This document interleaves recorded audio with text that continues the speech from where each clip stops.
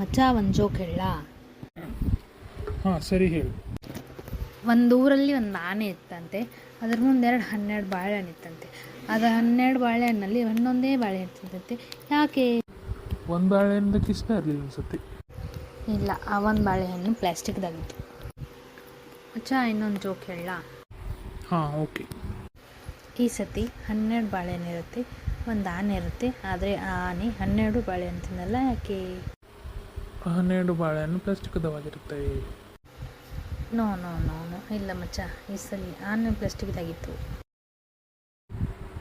Okay. ಮಚ್ಚ ಇನ್ನೊಂದು joke ಹೇಳ. ಸರಿ ನಮ್ಮ ಹೇಳು. ಮಚ್ಚ ಈ ಸತಿ ಆನೆ ಇರುತ್ತೆ, 12 ಬಾಳೆಹಣ್ಣು ಇರುತ್ತೆ. ಆದರೆ ಆನೆ ಬಾಳೆಹಣ್ಣು ತಿನ್ನಲ್ಲ. ಯಾಕೆ? ಆನೆ ಮತ್ತು ಬಾಳೆಹಣ್ಣು ಪ್ಲಾಸ್ಟಿಕ್ದಾಗಿರುತ್ತೆ. ಇಲ್ಲ ಮಚ್ಚ, ಆನೆ ಟಿ ವಿಲಿತ್ತು, ಬಾಳೆಹಣ್ಣು ನನ್ನ ಮುಂದಿತ್ತು. ಅದೇ ತಿನ್ನೋಕ್ಕಾಗುತ್ತೆ.